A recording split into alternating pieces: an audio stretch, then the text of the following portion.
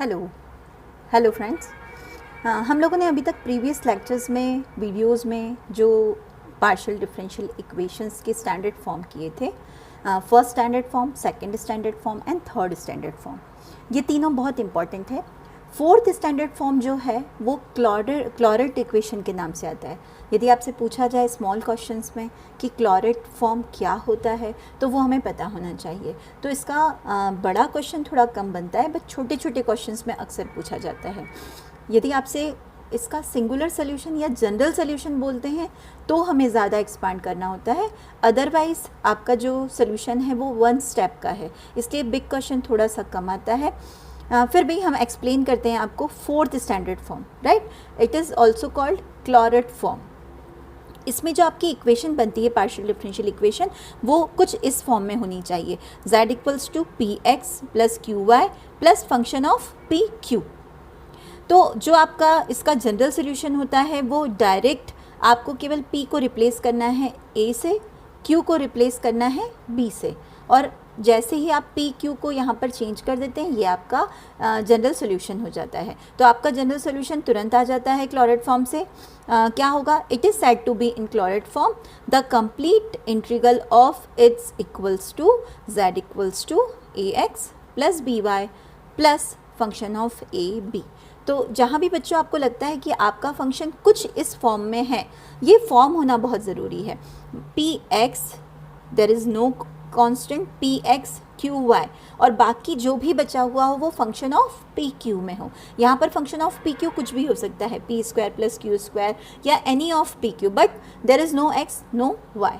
तो यदि कोई फंक्शन आपको ऐसा गिवन है तो आप डायरेक्ट शॉर्ट क्वेश्चन में केवल p और q को a और b से रिप्लेस कर दें पूरे इक्वेशन में, वो आपका आंसर हो जाएगा, राइट। तो आपका जो आंसर होगा वो डायरेक्ट p की जगह a और q की जगह b पुट करने से होगा। तो आपका वर्किंग मेथड क्या होगा? सबसे पहले आप आपकी इक्वेशन को इस फॉर्म में अरेंज कर लें, p x plus q y plus function of a b, and now putting p equals to a and q equals to b।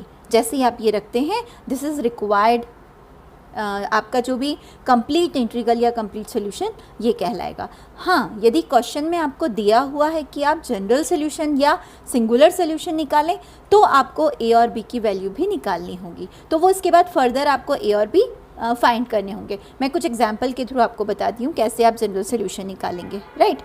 जैसे क्वेश्चन गिवन है, solve z equals to p x plus q y plus root of 1 plus p square plus q square. अब जैसे हमें तुरंत दिख रहा है question से कि आपका क्वेश्चन कुछ फॉर्मेट फोर्थ स्टैंडर्ड फॉर्म का है, p x q y and this is function of p q. तो हम डायरेक्ट कह सकते हैं yes it is in standard form fourth.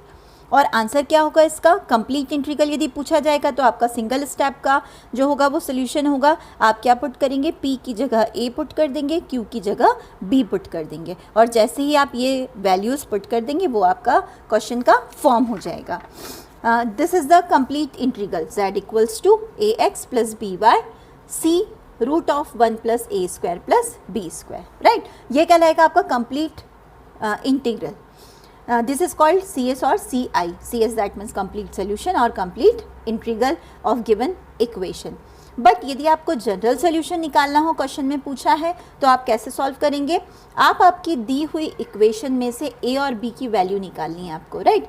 तो a और b के लिए वैल्यू निकालनी है तो आप इस इक्वेशन को एक बार with respect to a differentiate कर लो, एक बार with respect to b differentiate कर लो, राइट। तो आप a और b के लिए जब इसको डिफ्रेंशिएट करेंगे तो पहली इक्वेशन आपके पास आ जाएगी जहाँ पर a के रिस्पेक्ट में किया कुछ ये इक्वेशन, सेकंड आपने b के रिस्पेक्ट में डिफ्रेंशिएट किया तो कुछ इस तरह से इक्वेशन मिलेगी। और आप जब इन दोनों इक्वेशंस को ऐड करोगे, वैल्यूज़ को सॉल्व करोगे, तो आपके पास कुछ ये फॉर्मेट आ जाएगा। और इस फॉर्मेट से आपको एलिमिनेट करना है a और b, तो आप मदद लोगे आपकी फर्स्ट इक्वेशन की जो आपका आंसर आया था, और फ्रॉम 1 and 2 and 3 आप सॉल्व करके a और b को एलिमिनेट कर दीजिए, राइट। तो आपका जो लास्ट आंसर बचेगा वो कुछ ऐसा बचेगा, 1 plus a square plus b square equals to c square upon c square minus x square minus y square.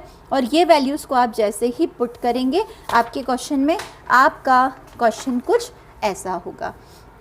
आपको वहाँ से सॉल्व किया, एलिमिनेट किया, तो a इक्वल्स टू वैल्यू आई मेरे पास minus x upon this, b equals to आपके पास वैल्यू आई minus y upon c square minus x square minus y square, और a और b जैसे ही आपके पास आ गया आप इसको आपके कंप्लीट सोल्यूशन में पुट कर दीजिए, तो वो अब कहलाएगा आपका जनरल सोल्यूशन और सिंगुलर सोल्यूशन, राइट। तो आपको ये स्टेप्स और करनी पड़ेगी यदि आपको क्वेश्चन में पूछा गया है जनरल सोल्यूशन या सिंगुलर सोल्यूशन फाइंड करना, राइट। अब कुछ इसी तरह का, जैसे यहाँ पर मैंने क्वेश्चन में पुट कर दिया है, ये आपका सोल्यूशन हो गया z इक्वल्स टू, वहाँ पर आपने a की वैल्यू b की वैल्यू पुट की, और ये c square upon c square minus x square. इसको थोड़ा सा सिंपल करके जब आप लिखेंगे तो आपका सिंपल सा छोटा सा सोल्यूशन बच रहा है x square plus y square plus z square equals to c square. This is called s s और जी एस। इसी तरह से एक और क्वेश्चन मैं बताती हूँ दोस्तों, solve z equals to p x plus q y minus two root p q, right. अब जब इसका आपको यदि एस एस या जी एस निकालना है तो आपको आगे स्टेप करनी पड़ेगी, पर यदि कंप्लीट सोल्यूशन निकालना है तो कंप्लीट सोल्यूशन तो डायरेक्ट p की जगह a पुट किया, q की जगह b पुट किया, तो आपका आंसर क्या हो गया, z equals to a x plus b y minus two root of a b. ये आपका कंप्लीट सोल्यूशन हो गया। But we move on singular solution. अब सिंगुलर सोल्यूशन आपको निकालना है तो वही काम जो आपका यहाँ पर आंसर आया है, आप इसको with respect to a and with respect to b एक बार डिफ्रेंशिएट करिए a के रिस्पेक्ट में और एक बार डिफ्रेंशिएट करिए b के रिस्पेक्ट में, पार्शियल। तो जो भी आंसर आएंगे आपके पास ये कहलाएगा आपका, आपने सॉल्व किया फर्स्ट टाइम a के रिस्पेक्ट में, ये आपका एक इक्वेशन, सेकेंड टाइम आपने किया b के रिस्पेक्ट में, ये आपका सेकेंड वाला इक्वेशन।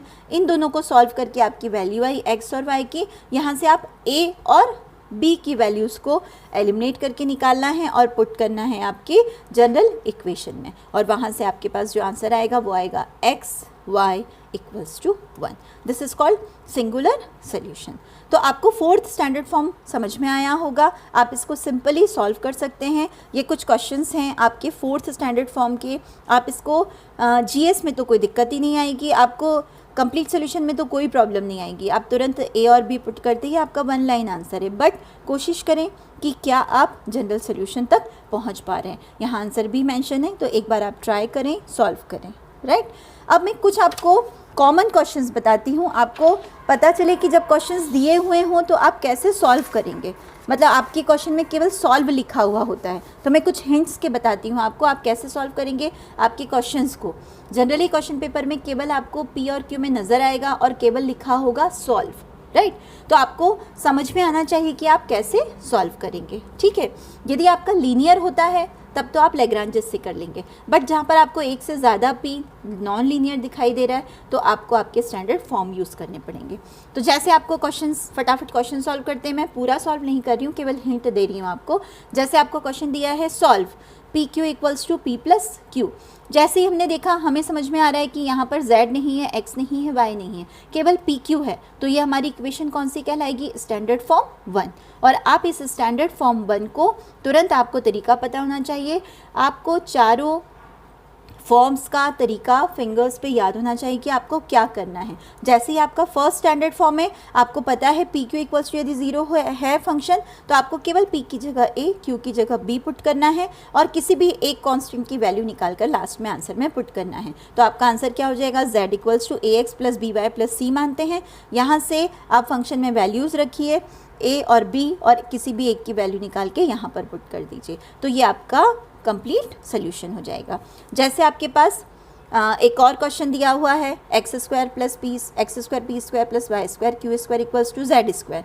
अब जैसे आपको इसे सॉल्व करना है तो क्या किया जाए, जब हमें दिख रहा है कि यहाँ पर x है, y है, p है, q है, z है, अभी ये किसी फॉर्म को फॉलो नहीं कर सकता, तो आप आपके अकॉर्डिंग, आपको लगता है कि आप यदि एलिमिनेट कर देंगे x, y और z सबको, तो ये केवल पी क्यू में बचेगा और वो आपका स्टैंडर्ड फॉर्म 1 हो जाएगा। आपको लगता है कि नहीं, आप पी क्यू और जेड तीनों रख के सॉल्व कर सकते हैं, केवल एक्स और वाई को एलिमिनेट करना है, तो वो आपका स्टैंडर्ड फॉर्म 2 हो जाएगा, राइट। तो आपको आपकी चॉइस से आप इसको एलिमिनेट कर सकते हो। ये स्टैंडर्ड फॉर्म 1 से भी हो सकता है, स्टैंडर्ड फॉर्म 2 से भी हो सकता है, राइट। तो मैंने यहाँ पर कोशिश की एक्स और वाई को एलिमिनेट करने की।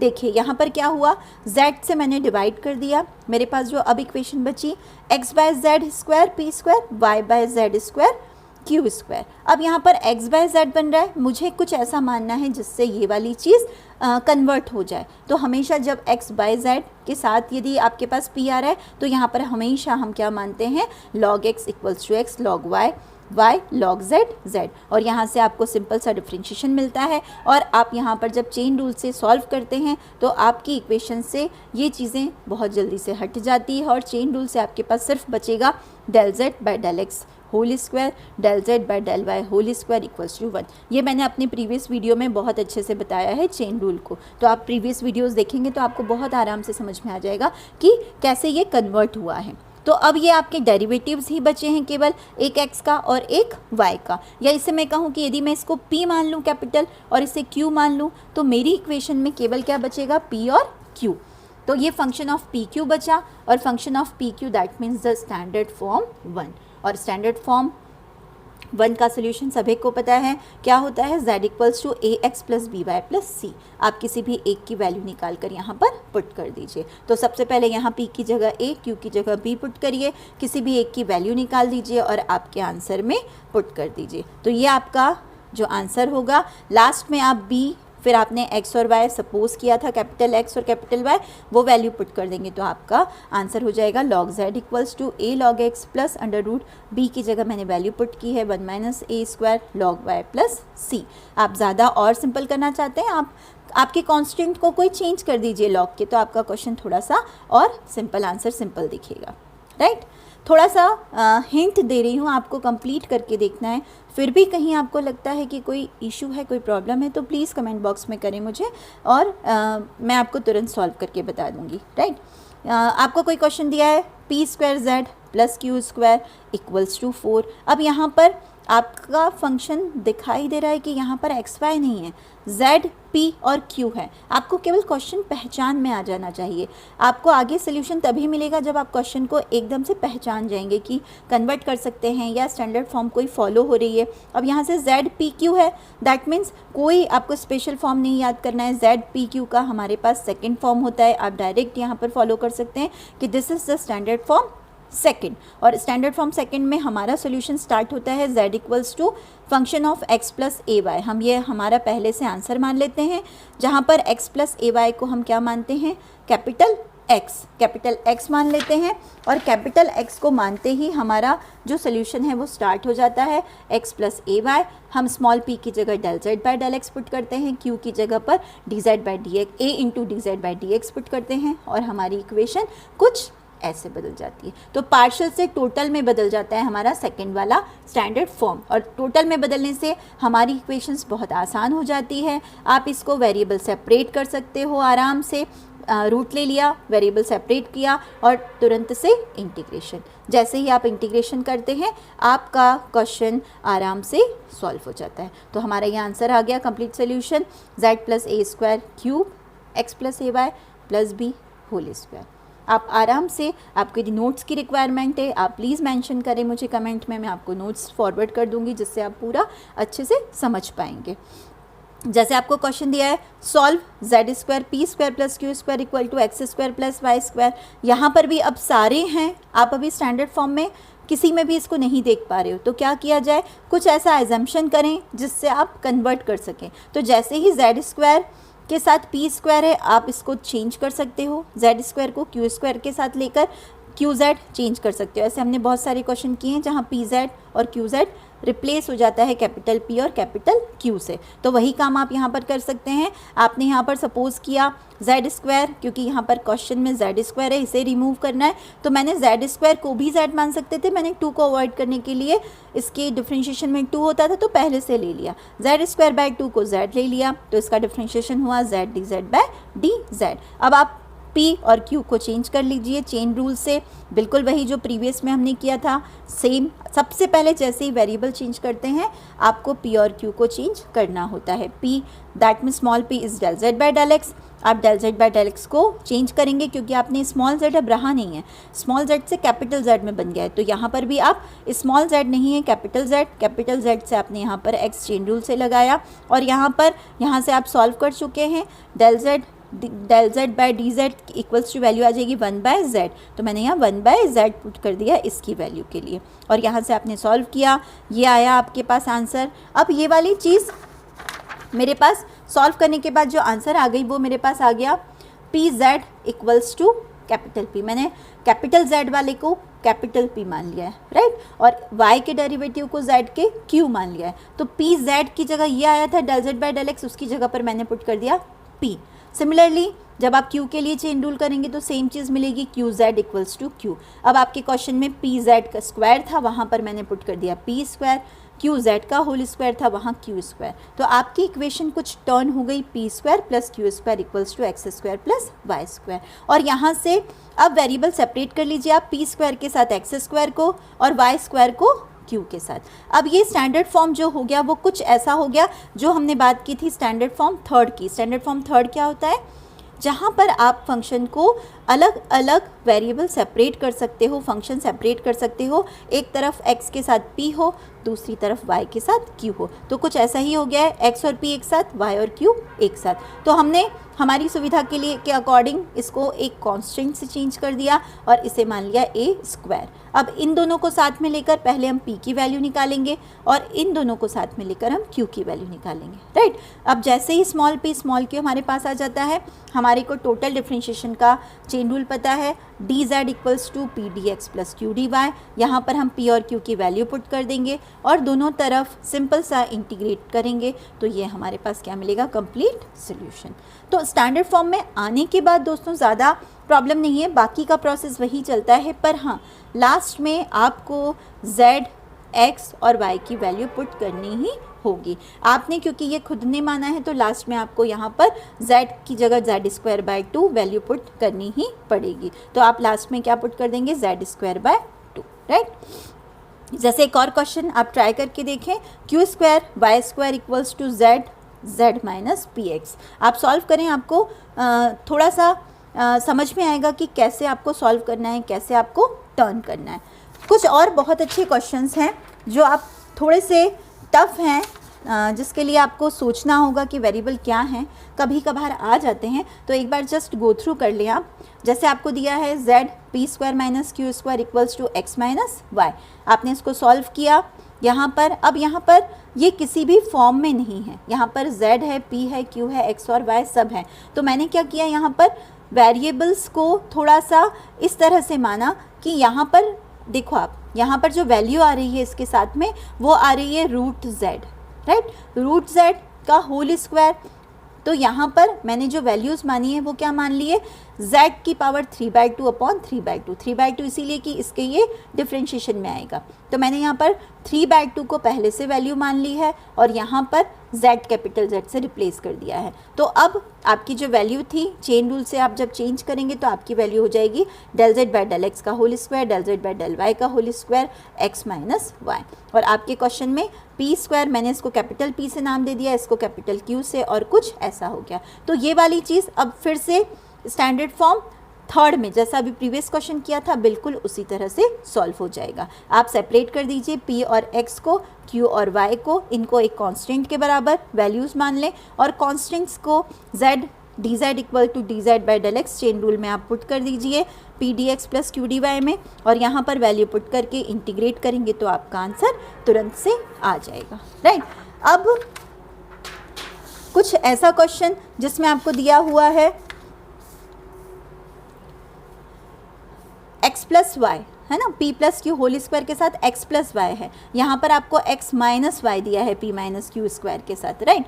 तो अब यहाँ क्या किया जाए, अब हमें इस पूरे को मानना है ना। तो हमने क्या किया, x प्लस वाई को मान लिया capital x square, x minus y को मान लिया वाई स्क्वायर, राइट। अब यहाँ से जब हमने जैसे ही वेरिएबल मानेंगे हम सबसे पहले हमारे p और q को चेंज करेंगे। तो जैसे ही आपने स्मॉल p को चेन रूल से चेंज किया, मेरे पास आ गया यहाँ पर कुछ ऐसा, राइट। वैसे ही आपने स्मॉल q को चेंज किया, आपके पास कुछ ऐसा आ गया। और अब आप जब यहाँ वैल्यू पुट करेंगे, हमारे पास p प्लस क्यू और p माइनस क्यू चाहिए था, आपको p प्लस क्यू और p माइनस क्यू आप यहाँ वैल्यूज़ को रखेंगे और सॉल्व करेंगे तो आपके पास कुछ सिंपल सा ऐसा बचेगा, 1/x del z by del x, 1 by y del z by del y. अब del z by del x को आप कैपिटल पी और कैपिटल क्यू से रिप्लेस कर सकते हैं, राइट। तो अब आपके क्वेश्चन में आप जैसे ही वहाँ वैल्यू पुट करेंगे आपकी इक्वेशन कुछ सिंपल सी इस तरह से बचेगी, del z by del x का whole square del z by del y का होल स्क्वायर इक्वल्स टू 1, और वहाँ पर आपको केवल p square plus q square लिख सकते हैं। अब ये ऐसी इक्वेशन बन गई जहाँ पर एक्स वाई नहीं है, केवल पी और क्यू है। तो ये हमारा दोस्तों क्या हो गया, स्टैंडर्ड फॉर्म 1, और स्टैंडर्ड फॉर्म 1 का हमें पता ही है आपका सोल्यूशन होगा z equals to a x plus b y plus c. आप p को a से और q को b से रिप्लेस करके यहाँ से b की वैल्यू निकाल लें a के फॉर्म में, और लास्ट में यहाँ पर वैल्यूज़ को पुट कर दें। तो ये आपका कहलाएगा लास्ट आंसर, सिंपल सा, जिसमें आप वैल्यूज़ पुट कर देंगे और आपका आंसर हो जाएगा कुछ ऐसा। यहाँ पर आपने वैल्यूज़ को पुट कर दी, a x plus b y plus c था, यहाँ पर ए एक्स बी की वैल्यू ए की फॉर्म में, एक्स को आपने एक्स प्लस वाई का होल स्क्वायर माना था तो आपको यहाँ वैल्यू पुट करनी पड़ी, यहाँ वाई की वैल्यू और यहाँ सी की वैल्यू। तो ये कहलाता है आपका कुछ अलग तरह का एजम्पशन। अभी तक हमने log x log y log z माना था, यहाँ पर हमने एक्स प्लस वाई का होल स्क्वायर को कैपिटल एक्स माना है। इसी तरह से ये कोई क्वेश्चन है आपके पास, इसमें आपको क्वेश्चन में दिया है solve y minus x q y minus p x equals to p minus q whole square. अब यहाँ पर आपको जो रिमूव करना है उससे कुछ अलग हट के आपको मानना पड़ेगा, राइट। यहाँ पर देखिए मैंने माना है x plus y equals to capital x और एक्स इंटू वाई को माना है कैपिटल वाई, और जैसे ही आप चेन रूल से इन वैल्यूज़ को यहाँ पर यूज़ करते हैं तो आपके पास स्मॉल पी जो आ जाता है वो कुछ इस तरह से आ जाता है, del z by del x plus del z by del y y. और इसी तरह से जब आप क्यू सॉल्व करते हैं तो आपके पास आता है del z by del x plus del z by del y into x, right. अब ये दोनों वैल्यूज़ से जब आप वैल्यूज़ में जो आपको चाहिए ऊपर q y minus p x जब आप सॉल्व करके कैलकुलेट करते हैं तो आपके पास लास्ट आंसर आता है del z by del x y minus x. तो जब हम ये सपोज कर रहे थे तब हमें ये ज़रूर क्वेश्चन होगा कि ऐसा क्यों मान रहे हैं, पर जब हमें यहाँ पर हमने इसको सॉल्व किया, ये चीज़ क्वेश्चन को करने से, जब आप बहुत सारे क्वेश्चंस करते हैं तो प्रैक्टिस से आपको एक आइडिया हो जाता है कि हम क्या ऐसा माने जिससे हमारे पास ये चीज़ें हट जाए, रिमूव हो जाए, एलिमिनेट हो जाए। तो हमने यहाँ पर कुछ ऐसा माना था, इस वजह से हमारे पास इनकी वैल्यू जो आई है वो कुछ ये आई है, और इसी तरह से p माइनस क्यू को आपने सॉल्व किया तो आपके पास ये वैल्यू आई। अब इन सबको आप जब इक्वेशन 1 में पुट कर देंगे तो आपका जो आंसर आएगा वो कुछ ऐसा आ जाएगा, और आपका इक्वेशन सिंपल सा छोटा सा इक्वेशन बचेगा। आपने वैल्यूज़ पुट कर दी यहाँ पर, और आपका आंसर आ गया p equals to q square.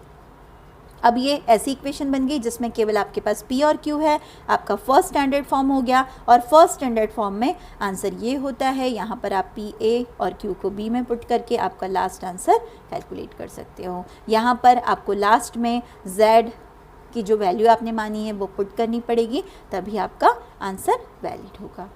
तो बहुत सारे क्वेश्चंस हैं जो कुछ अलग तरह से हैं, आप उसको सॉल्व करेंगे, देखेंगे, तभी समझ में आएगा। कुछ ये क्वेश्चन है x square plus y square p square plus q square equals to 1। यहाँ पर नॉर्मली पी और क्यू को मानने से काम नहीं चलेगा, तो यहाँ पर हमने क्या माना है, x को r cos थीटा और y को r sin थीटा। आप कुछ इस तरह से मानकर क्वेश्चन को सॉल्व करें, आपको बहुत अच्छे से समझ में आ जाएगा कि कैसे ये सॉल्व हुआ है। अब आप यहाँ पर आपके पास वेरिएबल जो हैं आपने x और y से आपके पोलर कोऑर्डिनेट्स में बदल गए, तो आप यहाँ से del r by del x del r by del y निकाल कर चेन रूल से p और q की वैल्यूज़ निकालें और पुट करेंगे, तब आपको क्वेश्चन समझ में आएगा। तो ऐसे बहुत सारे क्वेश्चंस हैं जो आप ट्राई करिए, समझिए, और जहाँ भी प्रॉब्लम लगे आप बताएं। Thank you, doctor Rekha Lahoti.